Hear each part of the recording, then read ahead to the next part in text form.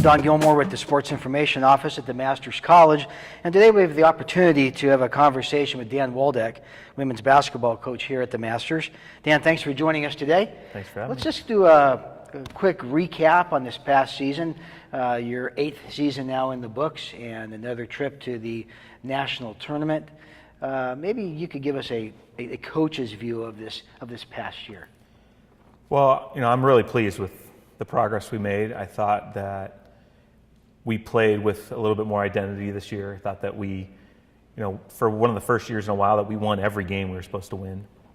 I think we had the caliber of team and players, of camaraderie, of culture, of talent that we needed to win a national championship. Unfortunately, fell a little bit short of that, but I think we're in a really good direction. I love the way we competed in the league. We had the chance to win the league going down the stretch. Unfortunately, had some unique scheduling that I think caused some hiccups for us, but really did prepare us for the national tournament. And we have a big group coming back, a lot of those kids coming back. So what we've accomplished, team was an absolute joy to coach, absolute joy. Just loved the Lord, loved each other, worked hard at the game. So it was a good year. And you were mentioning, of course, about the national tournament. How do you prepare your team for that type of environment? Although you get a chance to play in back-to-backs. Mm-hmm. Still, how do you get them where they really aren't practicing in their own gym, and they're in hotel rooms and they're eating meals like that? I mean, how do you prepare them for that type of environment? We had short, succinct practices towards the end. We'd go an hour 15 max, and we would compete really hard in practice so that you had to show up and play. Short warm-ups and just go for it. Right, yeah. And I think our conference definitely prepares us to compete at that level. We finished with 3 teams in the top 10, and I think rightfully so. And I think all 3 of our teams had an opportunity to be there when the ball was tossed for the final time. So, we just try to compete at a level. We try to have a team that has depth so that we have to compete in practice. And, playing time is competitive. And we are definitely a team that's based on teamwork and not by one individual. We don't really have, someone who's going to go score 25 a game. But that's how we've been built ever since I've been here. So. And of course, talking about the depth, too, I can see that the game of college basketball has changed from maybe 7 deep, maybe to 10 or even 11 deep, so that there seem to be more substitutions in college games than ever before. Is that what you're looking at? In other words, yeah, I think so. I mean, you really have players that are playing 32 to 35 minutes anymore. Right. And we've hardly ever had someone who's even averaged 27. Most of our top minute players are 22 to 27. And for us, it's based on style of play. We want to play a little faster and we want to be able to pressure defensively and turn people over and, get out and run. And to do that, you got to have fresh legs. And I think part of that is the culture of basketball, of how they've shifted some rules around to make it a little bit more faster paced game. They've shortened some timeouts, especially in the women's game. They went to quarters. So they've added some situations that has sped the pace of the game up. Obviously, a shorter shot clock speeds that up. And so when you get a quicker game, you need probably more players to play at that level and stay competitive. Not all teams do that, but that's kind of how we've shaped our program. So that's where depth is huge. And the other thing, too, is when do you know when to substitute? As a coach, I've always thought, when do you know when to take a player out? I keep a coin in my pocket and I flip it. No, certain players, I think the longer players are here, they kind of know. They know what they can do, and they'll help you along. They may not show it, but they may feel it, and they'll try to communicate that ahead of time. The hardest is when you have a bigger group of incoming freshmen, and you have to kind of learn what can they do, how can they play at a high level for a long period of time, and you have to learn that as you go. So speaking of recruits, now let's maybe look forward to the upcoming season. And it always seems that maybe always isn't the right word, but it seems to me that over the years that we've had All-Americans on a regular basis, on an annual basis here at the college, and then they leave, and then more come in, and you've got more All-Americans. It's not like you're plugging people in, because certainly these are young ladies, these are human beings. But how are you able to do that? I mean, it seems. I mean, we're having All-Americans on an annual basis. Yeah, well, God's been extremely good and gracious. I mean, He's given us fantastic kids. He's given us, a team of ladies who loves Him, love each other, and have built a culture that is attractive.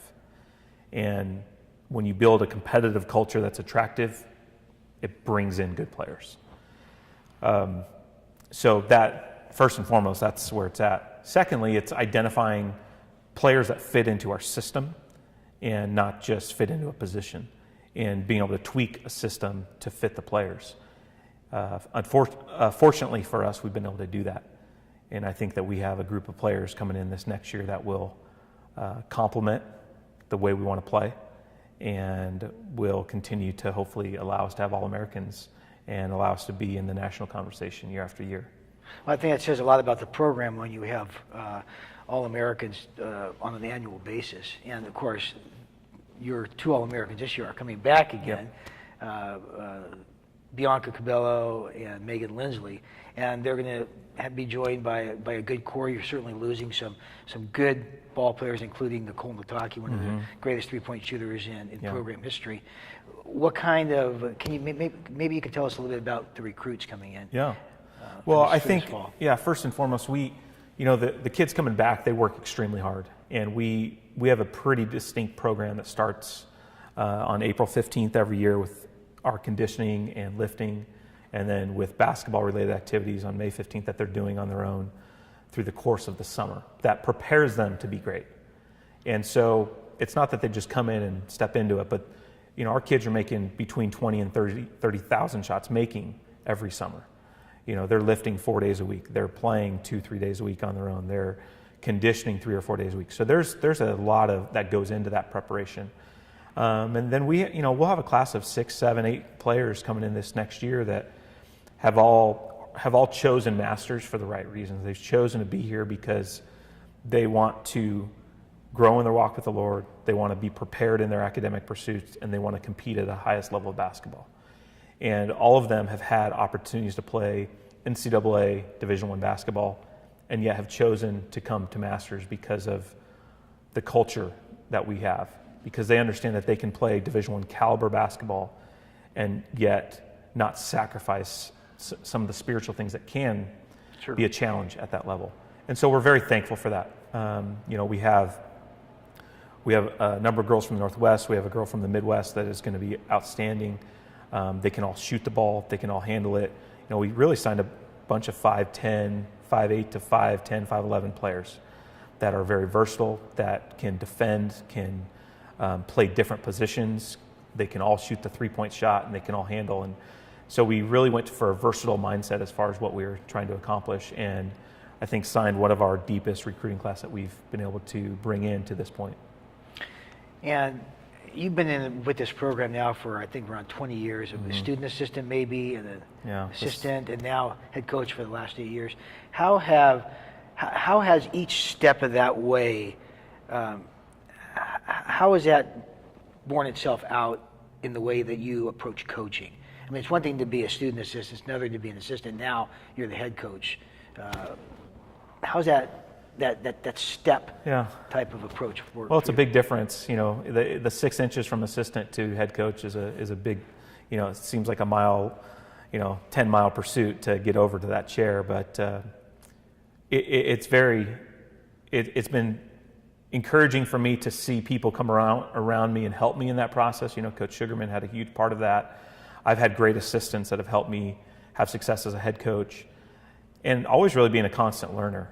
I'm a huge fan of Greg Popovich. I think he does an amazing job with the San Antonio Spurs organization, and just how they built their culture on a pro level, and it's not Christian based or anything like that, but how they've built their basketball culture around character and around skill sets and not around showtime. And, over 18 years, they've been the best program in the NBA. Right. And so I've learned a lot just as far as probably how to deal with my team. What motivates them. I don't think a lot of yelling or fear or any of that is a great motivator. I think it's very, short-lived if it does motivate. But I think that the players know that if I care for them and I care for who they are off the court, then they're going to play really hard for me on the court. And so we really work hard at recruiting kids and bringing in kids and having our culture be one that is character-based. And we talk about controlling 4 things. We say control your face, control your focus, control your attitude, control your communication, and control your effort. So if you control those 4 things, we believe that those will lead themselves to victory. So we don't ever have to talk about winning or losing. We talk about controlling the things that are controllable. And within that, those things are very visible in a practice. You can control, they're not focused today. You can see they're distracted, or we don't have the attitudes we need. We're not communicating or talking the way we need to, or we're not diving on the floor for a loose ball or taking a charge. So now those are things that are identifiable to our team, and then they're able to look at that and to make changes accordingly, and they motivate themselves. And in this type of environment as well, you're more than just a head coach. Yes. Right? I mean, you're a mentor to these young ladies. Yeah. There probably isn't much separation between head coach and mentor. I mean, it meshes so well, but how do you live that out every day? Yeah, I think my team knows that they're like my kids. Like it or not, they, if I see a boy hanging around, I'm like, who's that guy? Right. So, right. But they're like my daughters, and I care for them. I want the best for them. I want to see them love the Lord with all their heart, soul, mind, and strength. And I want to see them develop relationships that are life-lasting. And we've seen that over the course of my going on 22 years here. That's just been a consistent theme. And I think that my team understands that, and they invite that too. I'll have players come and talk to me about, hey, this is what's going on at home, and hey, can you pray for me with this? Or, and so me and my assistant Kinsley are really involved. My wife and family were really involved. We'll have the team over to our house, or, my kids are in the locker room, and they get it. They get it, and they enjoy that, and they like the difference. They like it being that engaged and not just being about what do you do between the lines, because let's be real, putting a ball in a hoop doesn't really matter in the grand scheme of things. Right. So we want to do the things that matter. And with all that in mind now we're looking forward to the upcoming season, even though it's still months away. Yeah. And you're prepping, even as you just said here, with April and girls playing and stuff like that. What does your schedule look like for the 16-17 year? Yeah, schedule's been tough. It's been tough to schedule in the just with travel and expenses and things like that, trying to put together the schedule that we think will prepare us. Thankfully, our conference schedule will do that. We do have a couple ranked teams that we'll be bringing in. That will be really good. We'll have LC State on our schedule here, which will be a great game. They're a really good team. They won the Frontier Conference this last year. Looks like Goshen College, who was in the Final Four in NAI Division II, will be out here. And then a couple other non-conference games locally against good teams. We're also trying to schedule 3 or 4 Division I exhibitions to help prepare us. So we'll go back and play CSUN for sure, and we're trying to nail down a couple other exhibitions to help prepare us. And then once you get into the conference, I think that our conference is going to be extremely good. Vanguard Westmont will be good again. I think Biola proved this year, even with a bunch of young kids, that they're going to be improved. And Hope's always good. So we have a lot. Arizona Christian was good. So I just think that our conference schedule will prepare us for that as well. So putting together a non-conference schedule that will get a little taste of top 25 talent and teams, and then playing enough games to prepare us for a conference season. And it seems like the women's basketball schedule has always been full of tough schedule, of tough teams in preparation, not just for the GSAC, but also for the national tournament. Right, yep. We always want to put ourselves in position for that. That's intentional. Yep, exactly. And, so trying to play some teams that will be at the national tournament is a big goal for us. There was one tournament we really wanted to be a part of that we weren't able to quite make work this year in our schedule, but that's always been able to do that. And so hopefully next year we'll be able to jump back into that.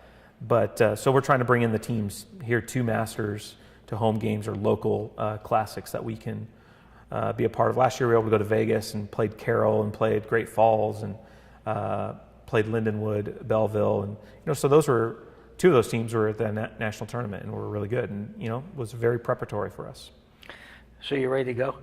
Yeah, it's good to have a break, though. I think being right at the beginning of April, we give our team, they don't do any basketball-related activities besides lifting, and so they're still right in the crosshairs of mandatory time off. Sure.